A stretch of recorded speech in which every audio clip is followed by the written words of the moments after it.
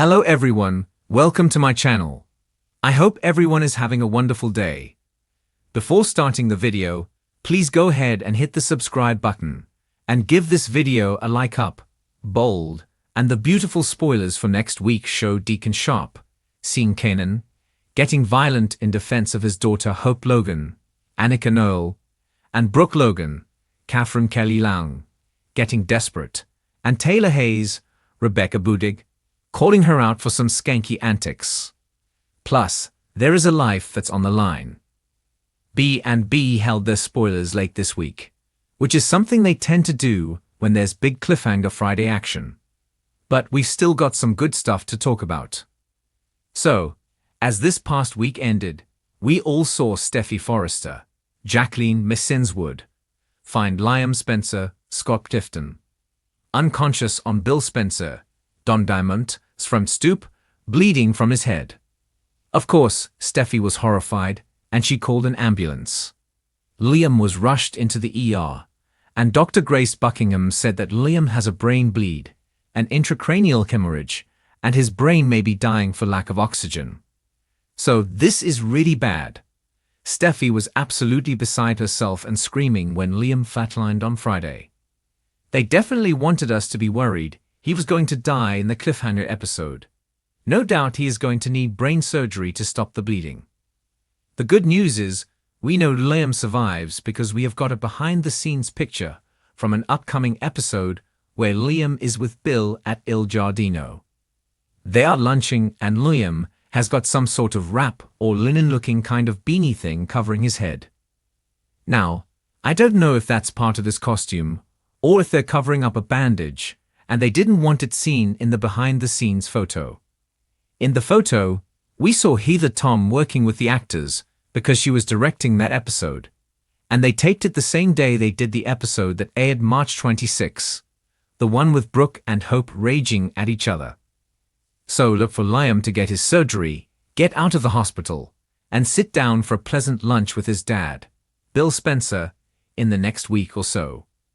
Showrunner Brad Bell has promised that this front-burner storyline they've written for Liam is something we've never seen before. And by the way, both Scott Clifton and Don Diamond have just signed new contracts with Bold and The Beautiful, so neither of them is going anywhere. So next week we have Deacon confronting Carter Walton, Lawrence St. Victor, at Forrester Creations.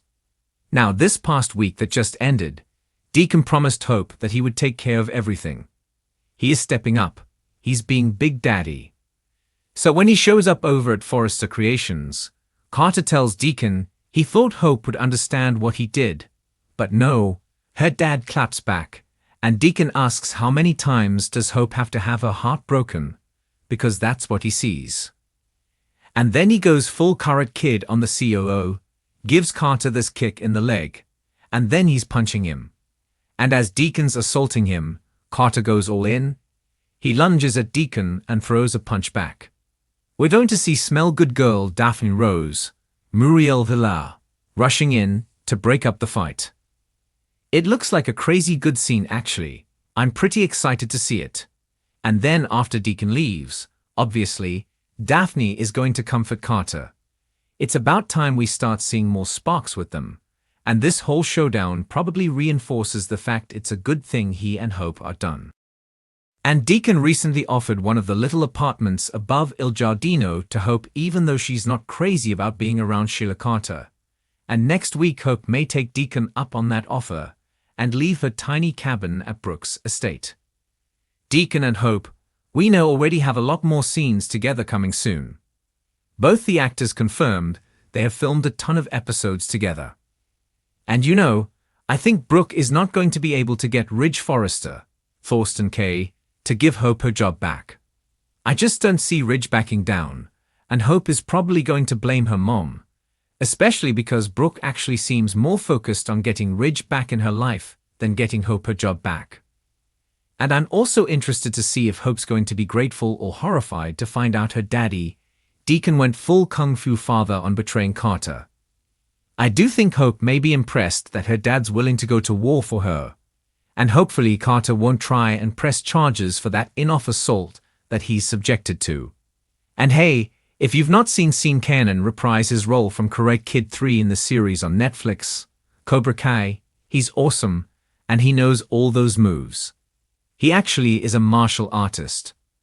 But you know Carter kicks back, and it definitely looks like that song, you know, Everybody's Kung Fu Fighting. And by the way, those moves are all legit, because Lawrence St. Victor also has a background in martial arts training. So these guys are going to do their thing. This past week, even though Brooke got rejected this week, and then last week, you know, she tried again, and Ridge turned her down again. So the question is, does Brooke respect Ridge's choice to be with Taylor? And is she going to leave it alone and just stick to being professional at work? No, she's not going to do that at all. So the week of April 7th, Brooke carries on with the conversation that started on this Friday's episode where she, of course, is blaming the coup for their split, trying to appeal to Ridge to rehire Hope. Brooke Logan thinks it's unfair her daughter's the only one who got punished. And in that Friday conversation, Brooke tried to blame Steffi for all this, but Ridge isn't having it. And if she brings it up on Monday, he's not going to have it again. He again rejects Brooke, who is asking him to admit he wants to be with her and pursue their destiny, all that bridge. Ridge says no again, and then Brooke is going to double down, because we're going to see Taylor next week walk into the CEO office looking for Ridge, and she gets an eyeful with something else instead. Brooke pops out from behind a changing screen in just a little purple bra and panties, and she's panting because she thinks it's Ridge that came in the room, and she's saying, "Oh Ridge, is that you divine?" And then she sees Taylor and screams. So there's no mistaking that Brooke is actively throwing herself at Ridge despite him telling her on repeat, that's not what he wants. And she's getting down to the skivvies, unsure with the excuse of these are some of Brooke's bedroom designs. But Taylor is not going to be happy to see her in bra and panties looking for Ridge.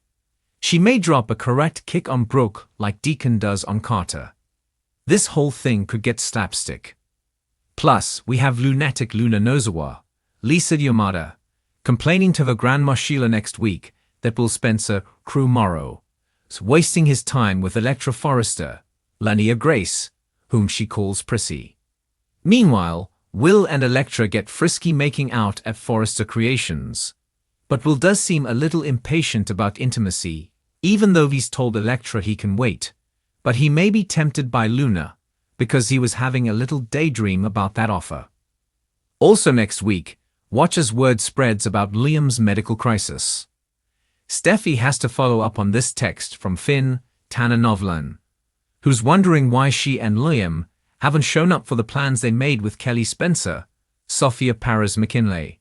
And given how nasty Bill was to Liam, he should be horrified that his son collapsed and rushes to make amends.